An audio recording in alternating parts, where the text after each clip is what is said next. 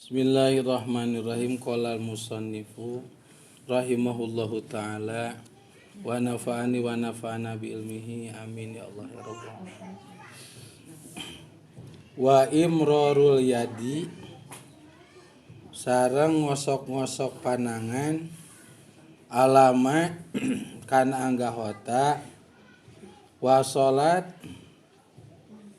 anu dugi ieu yad ilahi kana emak minal jasadi tegesna tina awak wa yu'abaru sareng dibahasakeun an hadzal imrori tina ieu ngosok-ngosok atanapi mulak-malik bidalki ku lapadalku anu hartosna ngosok-ngosok wal mualatu sareng tuluy-tuluy wasabaqo sinareng parantos tipayun naon maknana mualah pil wudu'i dina pasal anu nguningakeun bab wudu wa taqdimul yumna sareng mayunkeun anggahota anu palih katuhu min syaqaihi tina palih gigir duana anu adus ala yusra mengkerkeun anggahota anu palih kenca wa baqiya sareng nyesa min sunanil gusli tina pirang-pirang pasunatan adus naon umurun mazkuratun pirang-pirang perkara anu tos diuningakeun fil mabsutati dina pirang-pirang kitab anu panjang kateranganna minha eta tetep tina sapalihna sunan atas lisu ari nilu kalian wa takhlilu sya'ri sareng nyela-nyela rambut atanapi bulu wallahu a'lam. Para sepuh sadayana ibu-ibu anu tos hadir di madrasah anu ku jisim abdi dipihormat wa Allah taala dimuliakeun sabadana urang samudayana nembe sasarengan manjatkeun puja ka Allah anu maha kawasa miwah puji ka Allah ilahi robbi ditambih ku ngaoskeun shalawat ka Kangjeng Nabi Muhammad sallallahu alaihi wasallam miwah ka kulawargina miwah ka para sahabatna miwah ka para tabi'ina tug dugikeun ka jami anu turut sing tumut ka mantena malah mandar kuasilahna urang sadayana ngaoskeun shalawat ka Kangjeng Nabi urang sadayana ge sing kalebetkeun ka sapalihna jami anu turut sirang tumut ka Kangjeng Nabi amin ya Allah ya rabbal alamin. Para sepuh sadayana alhamdulillah pangaosan urang sadayana parantos dugi kana mingon kahiji anu aya dina sasi kelahiran Kangjeng Nabi anu sok disebat ku sasi Mulud anu mane sapalih ulama misaur aya kawajiban kanggo urang sadaya supados kaangken umat Kangjeng Nabi anu utami nguningakeun 5 rupi anu berhubungan sinareng Kangjeng Nabi anu mana eta anu 5 rupi teh lamun teu hilap deui mah mingon kamari parantos diuningakeun sapalih-sapalih naon anu 5 rupi teh hiji-hijina kahiji wajib kanggo urang sadaya lamun hoyong kaangken ka umat Kangjeng Nabi anu utami nyaeta nganyahokeun kana kelahiranana Kangjeng Nabi berarti muludan atuh pertarosanana Kangjeng Nabi teh lahirna lamun dinten-dinten naon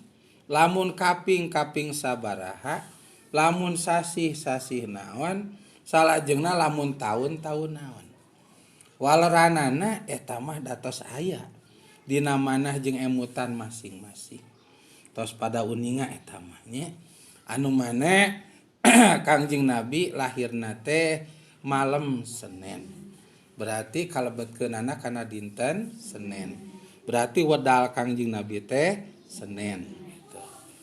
Salajengna kaping sabaraha lahirna Kangjeng Nabi waleranana maleman kaping 12 berarti kaping 12 tuh. Salajengna sasih naon lahirna Kangjeng Nabi teh waleranana nyata sasih mulud ayeuna pisan berartinya. Salajengna tahun naon lahirna Kangjeng Nabi teh waleranana nyata tahun gajah. Tahun gajah. Lamun Masehi mah tos aya etangan. Tapi lamun Hijriyah mah teu acan aya etangan. Kusabab teu acan aya etangan, maka taunna kanggo tahun kelahiran Kangjeng Nabi disebat ku tahun gajah.